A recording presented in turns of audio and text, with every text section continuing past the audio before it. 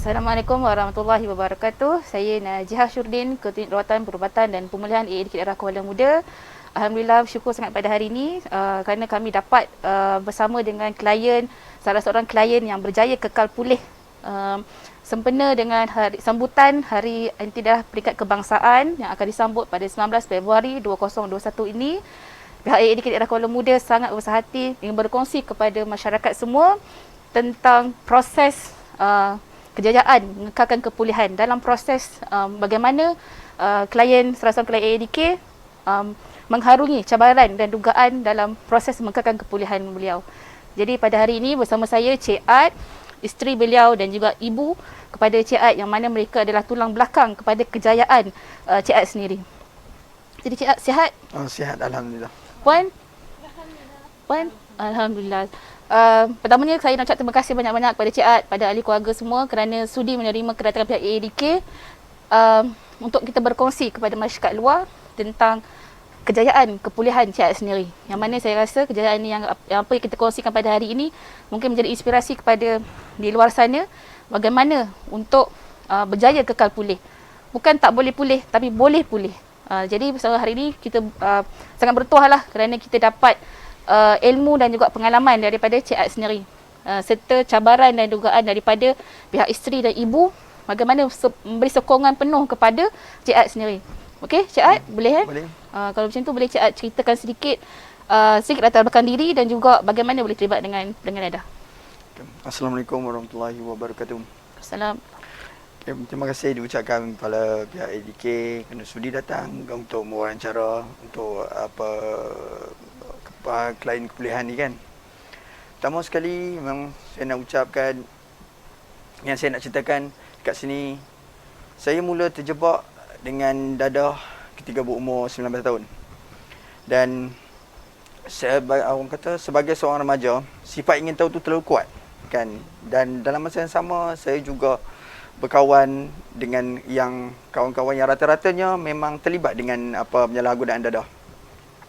Dari situ bila untuk pertama kalinya saya cuba, saya rasa macam tu benda tu biasa. Tapi lama-kelamaan benda tu akan orang kata datang dengan perasaan rasa macam seronok apa semua kan benda tu. Dan daripada situ jugalah saya mula orang kata terlibat dengan penyalahgunaan dadah ni secara ekstrim.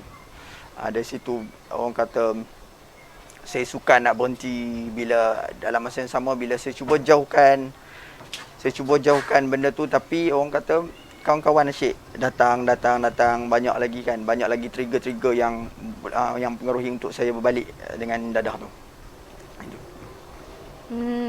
So sekarang ni Cik Ad rasa apa yang Cik Ad boleh rasakan dan boleh kongsikan kepada masyarakat keadaan Cik Ad sekarang? Sekarang ni saya rasa macam bebas sangat.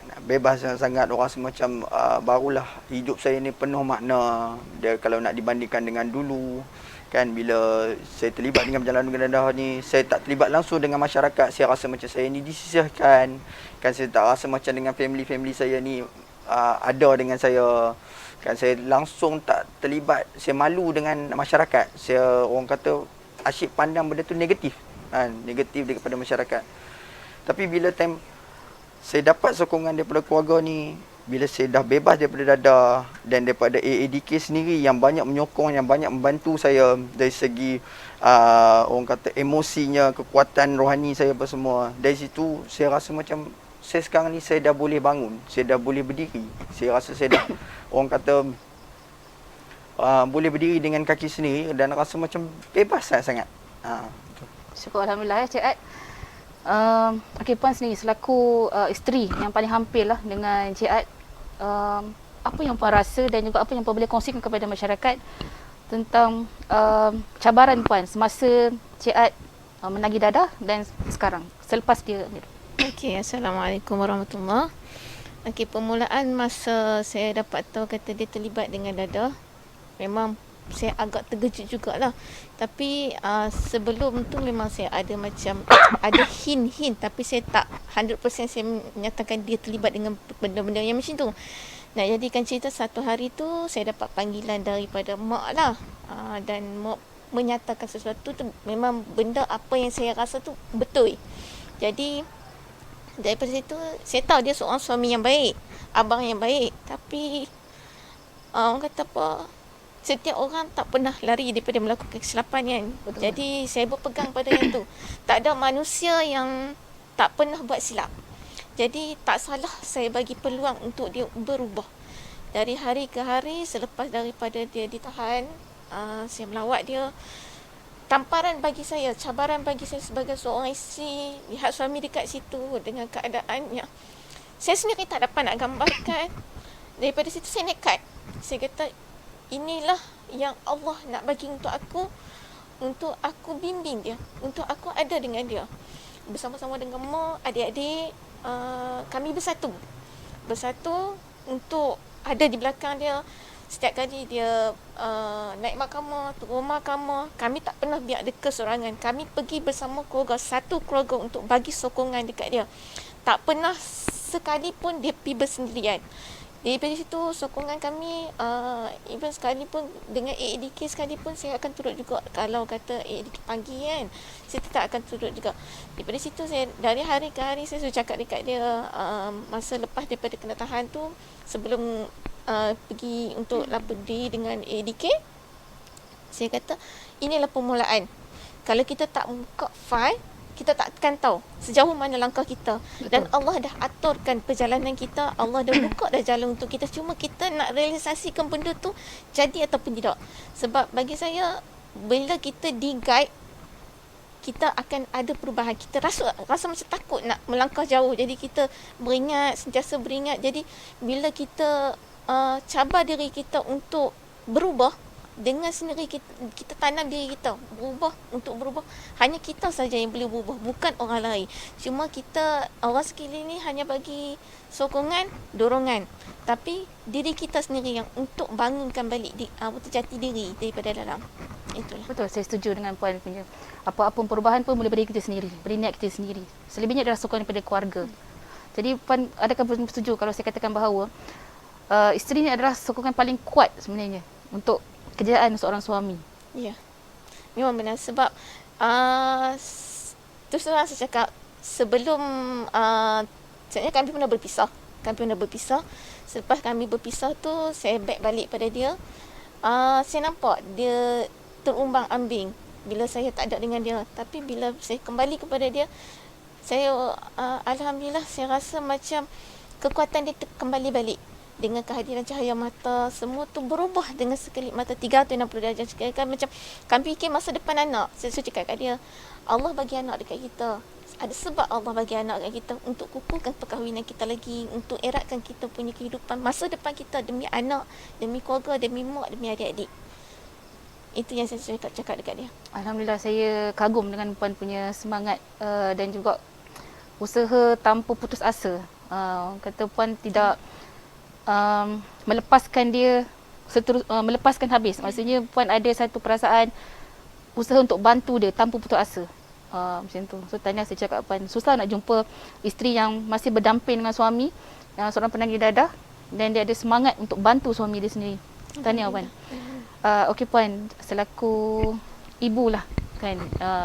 Yelah, kalau kita tengok mana-mana ibu pun, sebab saya pun seorang ibu, satu perasaan yang sangat sedih, perasaan yang kecewa sangat bila anak kita lahirkan, anak kita tatang, anak kita didik daripada kecil, tiba-tiba berubah, tiba-tiba terlibat dengan penagihan dadah. Kan, satu benda yang kita rasa salah singa undang-undang pula tu. Dan dia berubah tingkah laku dia, kan.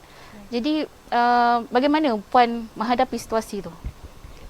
Okey, pertama kali dia bila makcik tahu kata dia terlibat dengan dadah semasa dia bekerja di tempat luar.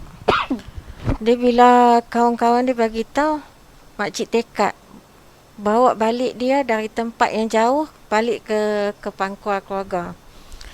Lepas tu bila kami dah usaha dia bawa balik dia, ingatkan dia dah berubah.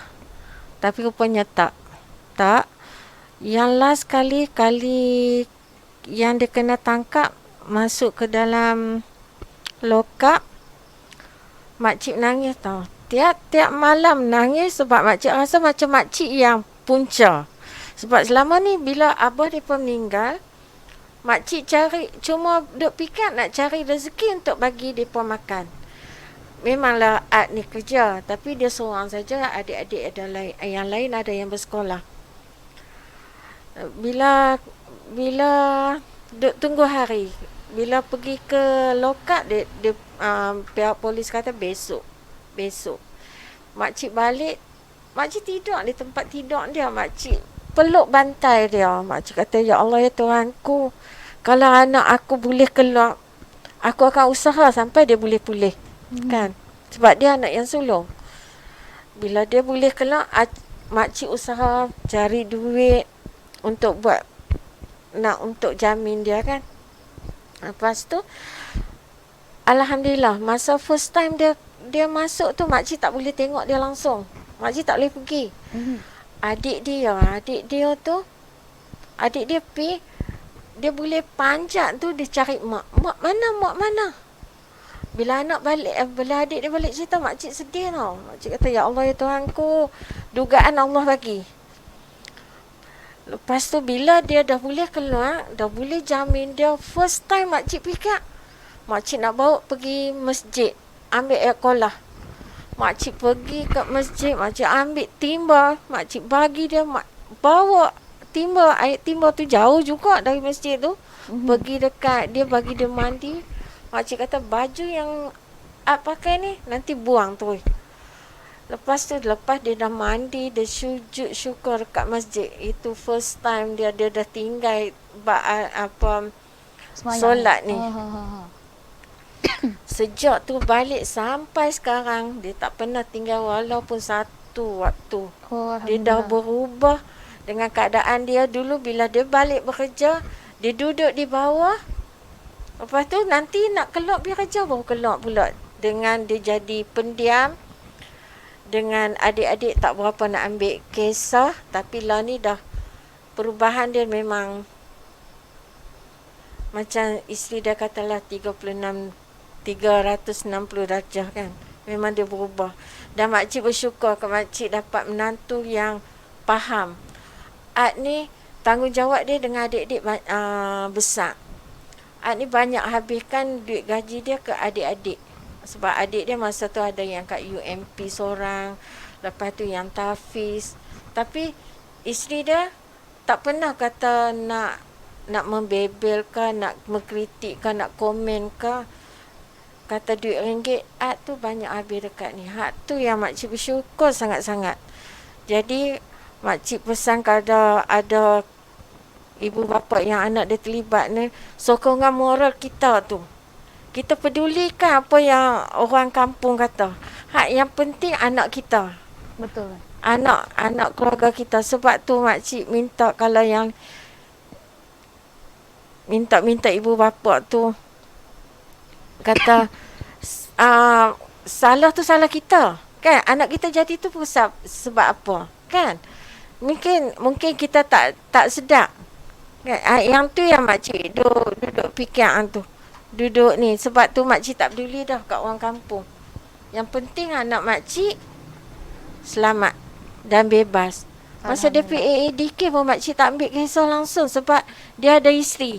Sebab lagi pun itu kemahuan dia. Dia yang nak berubah. Dan dia selalu balik cerita pasal puan. Dia selalu duk melawat, duk bergurau dengan puan. Jadi saya rasa lega. Alhamdulillah puan. Terima kasih makcik ucapkan pada pihak AADK yang banyak membantu si Ad pulih. Alhamdulillah. Saya tertarik dengan puan punya usaha yang bawa dia pergi masjid, mandikan dengan air kolah. Macam mana puan boleh dapat idea? Macam mana puan boleh dapat ilham tu daripada dia, ataupun puan sendiri macam sejentik macam hati tu terus mungkin Allah bagi hidayah mungkin. Sebab menantu makcik pun kata macam tu kan. Kata mak, kita kena pulihkan Ad, dia kata. Jadi makcik kata kita pergi masjid lah, terus bawa pergi masjid, jangan balik rumah dulu. Kita pergi masjid, ambil air kolah. Makcik cari timah, ambil air kolah. Sebab selalunya bila orang-orang yang nak berubat kan, ambil air kolah kan. Hak tu lah yang makcik fikir apa, minta Allah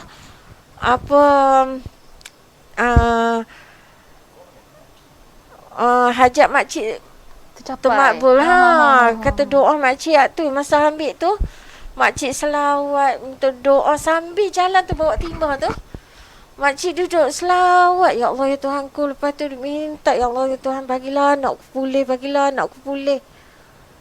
Tunggu dia sampai tu. Bila dia pergi solat tu yang makcik rasa, ya Allah ya Tuhanku, apa yang aku buat tu Allah makbul. Masa tu juga kan kita nampak kan perubahan sampai sekarang. Tu je puan. Hak ni lah yang kita katakan doa ibu tu mustajab, tuan-tuan. Doa ibu tu sangat mustajab. Sesungguhnya saya rasa apa yang puan buat tu adalah betul-betul keikhlasan puan tu lahir sendiri dan Allah nampak benda tu. Kan? Sebab tu Allah angkat doa itu dan inilah hasil dia sekarang. Kan? Maksudnya dia berjaya kekal kepulihan dia dan dia satu perasaan benci kepada dadah tu datang dengan sendirinya. Sekali Kan? merokok tak? Sekali dengan merokok, alhamdulillah. Satu yang boleh dibanggakan. Dan saya rasa tuan-tuan kat luar sana pun boleh menjadi contoh, ambil contoh kekuatan dan semangat daripada keluarga Cik Ad sendiri. Sebab saya rasa tak ramai yang keluarga yang yelah, semua keluarga berusaha bersungguh-sungguh, tetapi bersungguh-sungguh untuk kekal, untuk bantu kita punya klien kita ni untuk kekal pulih. Sebab saya faham keadaan di masyarakat keluar, untuk menghadapi seseorang yang terlibat dengan dadah ni, cabaran dia sangat tinggi. Bagaimana kita nak menghadapi dia punya fikiran dia, emosi dia, tingkah laku dia. Dan saya rasa rasa nak berkongsi juga pada tuan-tuan semua. Sebenarnya mereka ni nak berubah, mereka nak berhenti, mereka tak nak pun ambil dadah tu, tetapi mereka tak dapat nak kawal fikiran dan emosi. Sebab dadah tu dah kontrol diorang punya pemikiran. Bila fikiran diorang berceramuk, serabut, setuju tak kalau saya katakan macam tu? Fikiran diorang tak boleh nak kontrol, ialah serabut. So dia akan pergi ke emosi. Emosi dia akan jadi nak marah lah, sedih lah, kan? Dia akan jadi macam tu dan dia akan zahirkan tingkah laku. Itulah pada saya luahan dia sebenarnya. Dia nak meluahkan dari segi dia punya tingkah laku dia. Tetapi persepsi daripada kadang-kadang tu setengah orang dia tak faham kenapa dia bertingkah laku macam tu. Kan? Tapi itulah sebenarnya luahan dia yang luahan daripada seorang orang yang terlibat dengan dadah ni. Jadi saya sangat-sangat bersyukurlah pada hari ini sebenarnya dapat berkongsi dengan Cik Ad, dengan Puan, dengan juga Ibu kepada Cik Ad sendiri. Yang mana saya rasa sangat ilmu yang kita dapat pada hari ini, pengalaman kita dapat pada hari ini yang kita boleh kongsikan kepada semua masyarakat. Saya harapkan sangat masyarakat kat luar sana boleh mengambil iktibar mengenai pengajaran dan mungkin boleh menjadikan cara bagaimana Puan Ibu sendiri dengan Puan sebagai isteri sokongan kepada ahli keluarga yang terlibat dengan dadah. Tapi Puan, kami tak pernah sentuh langsung bab dia ambil dadah tu. Kami tak pernah bincang, tak pernah bersembang bab dia terlibat ni. Kita buat macam benda tu tak wujud kan. Sebab kita nak dia dia rasa macam keluarga dia sayang dia kan. Adik-adik pun tak pernah kata pandang abang tu seorang penagih. Itu yang saya tak nak beza. Betul kan? Puan. Apa yang Puan buat, apa yang Puan lakukan, sedia lakukan tu adalah memang satu-satu sokongan yang penuh kepada kepada klien, pada suami, pada anak Puan. Sebab seorang penagih dadah ni, dia ada satu perasaan yang sensitif sangat-sangat. Fikiran dia sentiasa negatif. Perasaan dia sensitif dan selalu berkata-kata dalam hati dia, dalam fikiran dia, dia akan rasakan yang orang sekeliling tak sayang dia, tak suka dia, nak nanya dia. Itu yang berlaku dalam diri dia sendiri. Dia hari-hari dia punya setiap masa itu yang berlaku berguluman dalam kepala dan fikiran dan perasaan dia. Jadi kita lah orang sekeliling yang cuba untuk mengalihkan perasaan itu, mengalihkan fikiran itu, cuba untuk memberi sokongan yang positifkan dia tentang apa yang dia rasa. Tapi itulah banyakkannya masyarakat kalau dia tak faham. Bukan tak faham, kadang-kadang mungkin dah sampai putus asa kot dia. Dah macam tak tahu dah nak tolong ahli keluarga dia macam mana kan. Tapi saya rasa apa yang Puan cakapkan tu sangat-sangat bermakna, sangat-sangat betul sebenarnya. Memang ahli keluarga memegang peranan yang sangat penting nak mempositifkan balik perasaan ahli keluarga kita dan juga nak mengalihkan fikiran dia supaya dia tahu yang keluarga dia sayang dia, bukan nak buat dia, bukan nak nanya dia. Betul tak Puan? Ya. Setuju tak kalau saya cakap macam tu? Betul. Jadi kalau saya katakan bahawa semasa Art ambil drug, Art gagal berfungsi sebagai manusia. Gagal berfungsi sebagai suami, sebagai anak. Betul. So, pada pendapat Art sendirilah, ada tak penagih dadah yang berjaya berfungsi sebagai suami, sebagai ahli ketua keluarga, sebagai anak? Bagi pendapat dan dari pengalaman yang saya lalui dengan kawan-kawan dan diri saya sendiri, untuk penglibatan seorang individu yang terlibat dengan dadah ni, kebanyakannya, bukan boleh katakan hampir kesemua, kan, tak dapat nak menjalankan tanggungjawab walaupun dia tu seorang ibu atau seorang ayah maupun seorang anak ataupun seorang ketua keluarga yang kepada adik-adik atau ni lah, kan. Sebab bila pengambilan dadah ni diambil, dia mempengaruhi macam dengan yang Puan sendiri cakap, benda tu mempengaruhi dari segi semua elemen, dari segi mental, fizikalnya, apa semua, emosinya benda tu. Jadi ada setengah bila pengambilan dadah ni dia terlalu heavy, dia lebih cenderung ke arah untuk nak have fun, nak bebas, nak seronok. Jadi tanpa akan memikirkan apa-apa tanggungjawab yang dipikul. Langsung tak, masa time tu dia bila kita ambil ni, ada setengah dari bergantung kepada dadah yang jenis yang diambil lah, kan. Contoh salah satu macam syabu ni, dia orang kata dia punya eulogy dia lebih kepada nak berseronok, kan. Bila dia dah berseronok, dia lebih kepada lalai. Kemudian dia tak akan memikirkan langsung apa yang ada di rumah, apa yang tak cukup, apa yang perlu buat, apa tanggungjawab dia. Langsung dia tak akan fikir.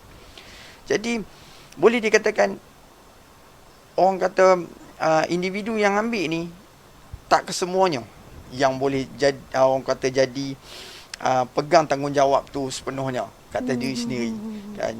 Satunya macam contoh, kalau ada orang yang ambil morfin ni, dia bila pengambilan dia terlalu banyak, boleh membuatkan seorang itu macam orang kata dalam keadaan khayal dengan dunia dia sendiri apa semua. Jadi macam mana dia nak fikirkan untuk tanggungjawab anak bisteri yang ada di rumah, kan. Sebab tu juga boleh saya katakan dari segi apa yang saya tengok dan dari segi pengalaman, kebanyakannya penagih-penagih dadah yang mempunyai isteri ataupun anak, salah satunya isteri, keluarga tu sendiri akan pincang. Kalau dia dengan isteri, dia akan ada masalah. Dan boleh dikatakan juga sebab-sebab penceraian adalah penggunaan penagih dadah. Itu yang boleh saya kongsikan. Yalah, salah satu punca perceraian adalah akibat daripada peringatan dadah. Dan juga salah satu masalah sosial dekat negara kita ni pun adalah disebabkan punca daripada dadah.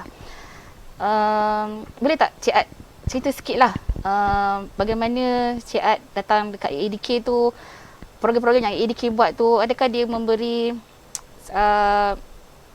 membantu Cik Ad sendiri? Adakah program-program yang kita buat tu, ADK buat tu, membantu Cik Ad dalam proses kepulihan?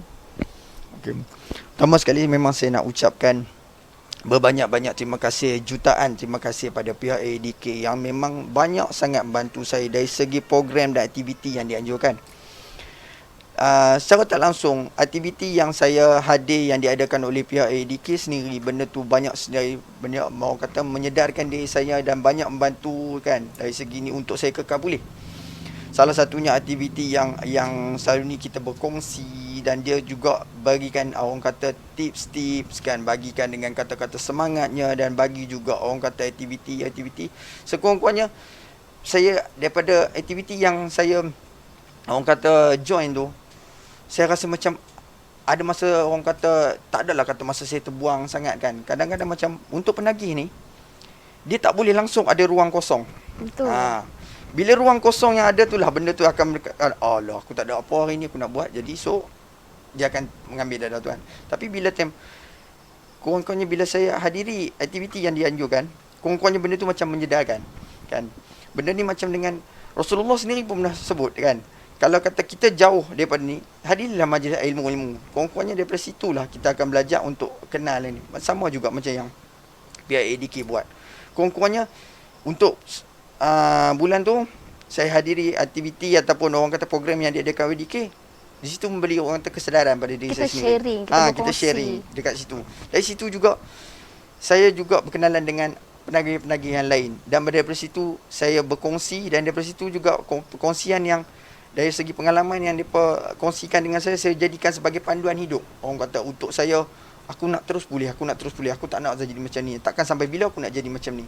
Sebab tu juga program yang diadakan di ADK ni sangat-sangat bermakna lah bagi saya. Memang orang kata bukannya saja orang kata nak habiskan orang kata pengawasan tu saja, tapi benda tu memberi manfaat untuk saya manfaatkan untuk masa depan saya.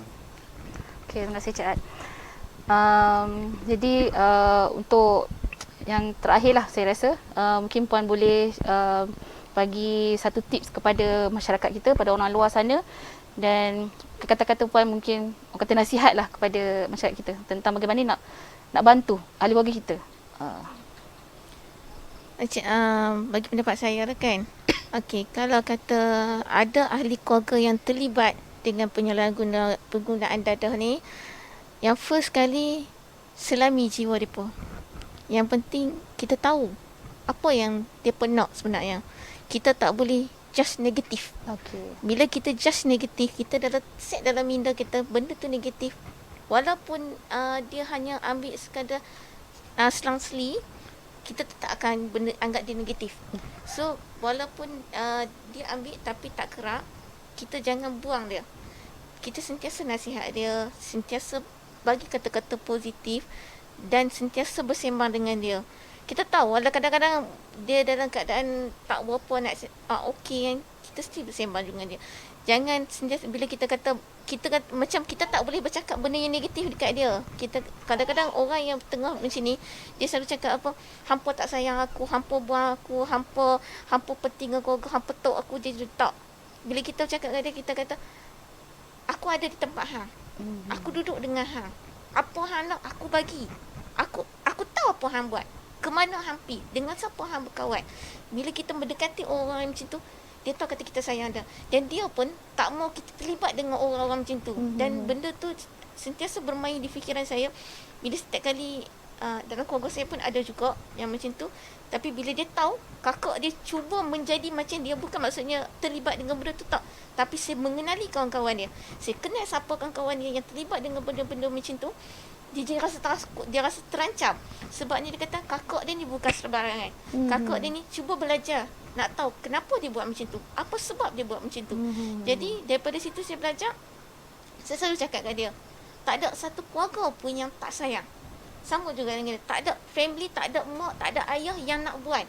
Kalau kata nak buang dah lama dah, tapi disebabkan kerana sayang, kerana rasa cinta.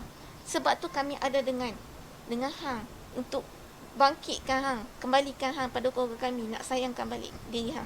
Benda tu yang saya cakap, sama juga dengan dia. Saya cakap benda yang sama berulang-ulang. Sebab benda tu dia orang kata apa, bagi tanam dalam minda. Kadang-kadang kita punya mindset ni kan, bila dah terlalu lama tanam benda yang negatif, dia akan negatif lah. So bila dia negatif, kita positif, dia akan ada two way. Bila ada two way tu, sikit sebanyak bila dia dah keadaan normal, dia boleh berfikir balik. Alhamdulillah lah, bila kita bercakap macam tu, sikit sebanyak dia ada perubahan. Betul, sebab orang yang negatif ni kita kena buka minda dia, kan? Kita tak boleh menolak. Betul. Kita tak boleh menolak. Kalau dia negatif sekali, kita dengar dulu. Dia nak negatif, okey. Bila dalam keadaan dia dah okey sikit, kita cuba push dia dengan keadaan positif. Tapi jangan terlalu mendesak. Bila mendesak tu yang menyebabkan dia lagi macam memberontak. Okey, baik. Terima kasih Puan. Okay. Puan, selaku ibu, boleh tak Puan bagi sikit tip dan nasihat kepada orang kat luar sana tentang bagi mereka supaya jangan putus asa berkat sokongan doa ibu tu? Pertama, kita tak jangan buang mereka. Kalau anak tu penagih, dekati mereka. Sebab doa ibu. Saya tiap-tiap malam sebelum nak tidur, saya sebut anak seorang-seorang. Saya redha. Saya redha. Minta Allah bagi keredaan. Macam mana saya redha apa yang dia buat kat saya. Tu je. Sebab tu rasa susah hati bila anak jadi. Sebab kita dah rasa dah anak jadi tu sebab kita. Sebab apa nak jadi? Sebab tu makcik kalau boleh, ibu bapa yang lain tak nak buang anak-anak. Ada seorang tu anak dia jadi macam tu. Sekarang berjalan ya. pergi balik. Tak tahu tak ada rumah sebab mak buang. Kesian. Sebab tu makcik tak mau. Makcik minta kalau anak tu dah terlibat dengan Dadah, kita dekat. Kita peluk mereka. Kita jangan. Sebab kita mengandung mereka sakit. Allah saja yang tahu. Tiba-tiba kita nak buang mereka. Kan? Orang boleh petikai. Tu anak sekian-sekian jadi macam tu. Anak sekian-sekian jadi macam tu. Sebab ibu bapa bukan mereka nak salahkan anak-anak. Mereka akan tuduh mak pok lah. Anak mak pok yang buat anak jadi macam tu. Yang tu lah. Yang penting jangan buang. Dekati, kasih. Bagilah kasih sayang. Itu yang penting kan. Baik, terima kasih Puan. Kiranya kita kena terima hakikat. Terima hakikat bahawa anak kita, ahli keluarga kita dah pun terlibat dengan Dadah. Betul? Kan Pak Anan? Okey. Sikit daripada Ad sendiri. Nasihat kepada kawan-kawan kita yang kat luar tu yang masih belum yang masih belum mampu lagi untuk berubah. Untuk kawan-kawan dan orang kata sahabat-sahabat saya yang kat luar sana, untuk kekalkan kepulihan ni, pertama-tama sekali yang saya kongsikan, salah satunya solat. Itu yang penting. Banyakkan solat, sebab solat ni mencegah orang kata benda-benda yang mungkar kan. Salah satu tiang untuk kita sendiri. Tak ada siapa benda, tak ada orang yang boleh tolong kita melainkan kita mohon pertolongan daripada Allah. Dan salah satu dan yang keduanya, kita cuba orang kata motivate diri sendiri kan, cuba bangun untuk diri sendiri. Kadang benda ni hanya diri sendiri yang mampu mengubah benda tu. Dari segi sokongan daripada keluarga dan apa anak isteri apa semua, itu adalah salah satu orang kata support ataupun tulang belakang untuk kita terbangun. Yang selebihnya tu bergantung pada diri kita sendiri. Dan yang orang kata yang pentingnya sekali, letakkan satu orang kata matlamat dalam diri. Letakkan satu matlamat ataupun tanya pada diri sendiri, sampai bila aku nak jadi macam ni? Untuk apa aku nak jadi macam ni? Kenapa aku nak jadi penagih dadah? Itu yang penting soalannya yang patut kita tanya pada diri sendiri. Dan yang lainnya tu, aktiviti yang dianjurkan oleh AADK bukan semata-mata hadiri untuk nak habiskan pengawasan tu saja. Cuba hayati, cuba selami, cuba faham apa yang mesej yang nak disampaikan. Sebab pihak AADK bukan saja benda tu dia saja buat benda ni suka-suka, tapi sebab nak membantu kan. Rasanya dalam diri setiap penagih akan ada terdetik dalam hati dia, aku nak berubah kan. Kalau boleh aku dah tak mau dah nak jadi macam ni, tapi still buat macam tu. Sebab dalam diri masih ada tabiat sayang. Bukan sayang kepada keluarga, bukan sayang kepada orang kata masyarakat apa semua, tapi sayang nak tinggal pada tabiat lama, tabiat buruk tu. Jadi benda tu patutnya benda-benda yang negatif macam tu buang.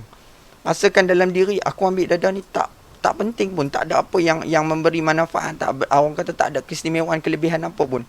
Malah benda tu akan menjadi orang kata songsang dalam diri sendiri, dalam kehidupan benda tu.